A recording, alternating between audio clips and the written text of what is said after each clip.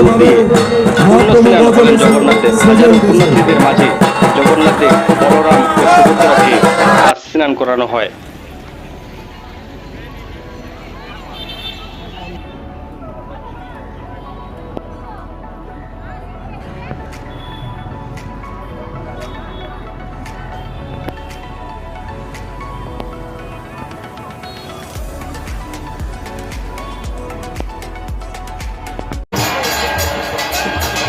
আজ জগন্নাথ দেবের স্নান যাত্রা, 628 বছরের ঐতিহাসিক স্নান যাত্রা মহেশের গজবেশে জগন্নাথ।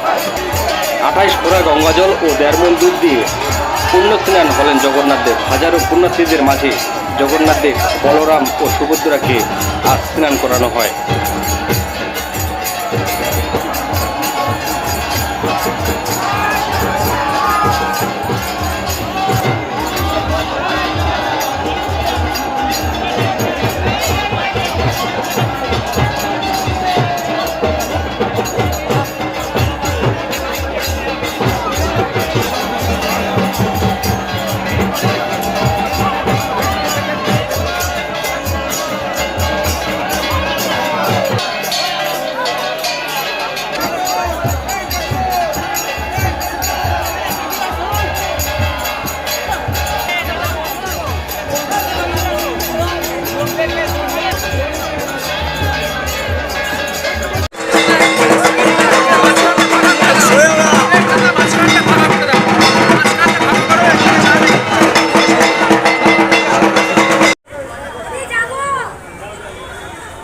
কটা বাজে না নাই এখন কটা হবে 7:30।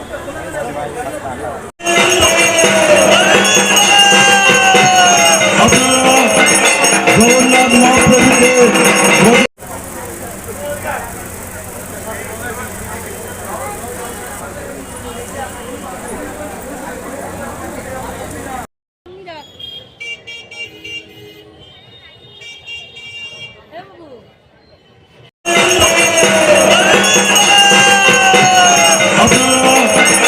জগন্নাথ মহাপ্রভুকে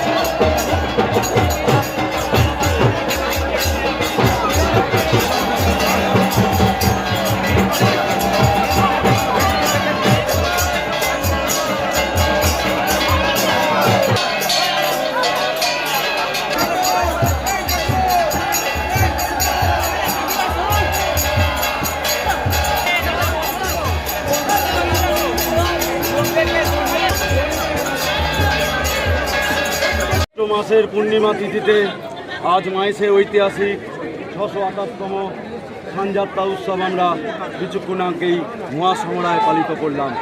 রূপোর ছাগনি এবং রূপোর ঘোড়া দিয়ে ওনাকে 28 ঘড়া গঙ্গা জল এবং 1.5 মণ দুধ দিয়ে ওনাকে স্নান করালাম। আজকের দিনে বলা হয় জগন্নাথ দেবের জন্মদিন। আজকে হ্যাপি অ্যাপিয়ারেন্স ডে বলা হয়, আমাদের শুভ আবির্ভাব দিবস এবং চন্দন যাত্রার উদযাপন দিবস আজকের দিনকে বলা হয়। আজকে সারাদিন ব্যাপী আমাদের পূজা অর্চনা চলবে। আমাদের সকাল থেকেই আমাদের অবকাশ বেশে ধারণ করানো হয়েছে এবং বিভিন্ন পূজা ক্রিয়াকর্ম, অভিষেক স্নান সমস্ত রকম আমাদের পূজা ক্রিয়াকর্ম চলেছে এবং তার পরবর্তীকালে আমরা 28 ঘড়া গঙ্গা জল এবং 1.5 মণ দুধ দিয়ে ওনাকে স্নান করালাম। আজকে তারপরে আমরা প্রথমে পূজার আগে আমাদের অবকাশ বেশ ধারণ করানো হয়েছে, তারপরে আমরা এখন সিঙ্গার বেশে ধারণ করাচ্ছি। এই সিঙ্গার বেশের পর আমাদের ভোগ নিবেদন করতে হবে এবং তার পরবর্তীকালে আমরা ঠিক সকাল 9টার সময় আমরা গজবেশে ধারণ করাবো। আজকের দিনে গজবেশে মহাপ্রভুকে দর্শন করলে মুক্তি লাভ হয় এবং সকল পাপ থেকে আপনারা মুক্তি পাবেন। তাই জন্য আজকের দিনে গজবেশে মহাপ্রভুকে দর্শন করবেন। মুখ্য যোগ কেন বলা হচ্ছে? এই মুখ্য যোগটা আজ থেকে 47 বছর পূর্বে 1977 সালে ঠিক সকাল 6:30টার মধ্যেই আমাদের মহাপ্রভুর স্নান হয়েছিল এবং সেই দিনেই যে মুখ্য যোগ পড়েছিল তার জন্যই আজকের দিনেও আমরা মুখ্য যোগ হিসেবে ধরে থাকছি।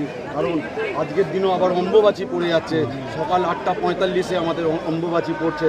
কিন্তু এটা আপনারা জেনে রাখবেন, আমাদের নীলাচল এবং মাহেশ কোনো অম্বুবাচী আমাদের হয় না, কারণ আমাদের পুণ্য অবস্থা। এখানে অম্বুবাচীর দিনও আমাদের বিভিন্ন বিধবারা আমাদের মন্দিরে বসে মহাপ্রসাদ সেবন করে, তাই জন্য আমাদের অম্বুবাচী হয় না।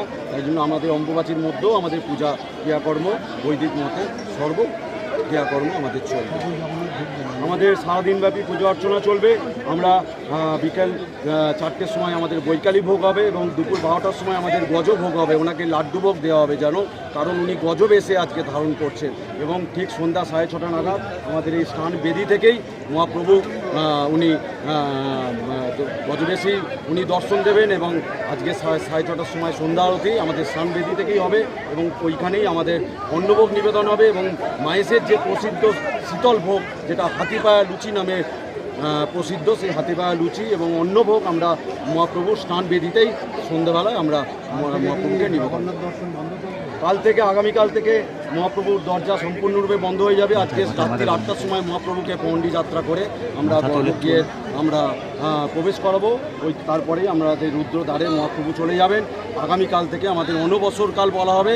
এই অনবসরকালে আমাদের কোনো কোলাহল চলবে না, কাঁসর ঘণ্টা বাজবে না। আগামী 15টা দিন আমাদের এই অনবসরকালে থাকবে।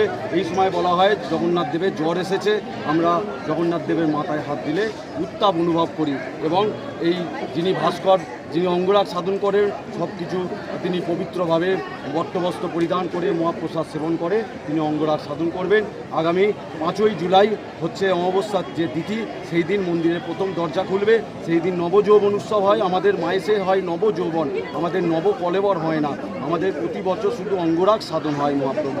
এবং আগামী 5 এবং 6 জুলাই নবযৌবন উৎসব অনুষ্ঠিত হবে মায়েসে। হোম যাগযজ্ঞ প্রতিষ্ঠা, অভিষেক, পান প্রতিষ্ঠা, চক্ষুদানের মাধ্যমে আমাদের নবযৌবন উৎসব হবে। এবং আগামী 7ই জুলাই মায়েসে 628তম ঐতিহ্যমণ্ডিত রথযাত্রা উৎসব আমরা মহাসমরায় পালিত করতে চলেছি। আমি পিয়াল অধিকারী, আমি সম্পাদক এবং প্রধান সেবায়িত পুত্র মাহেশ জগন্নাথ।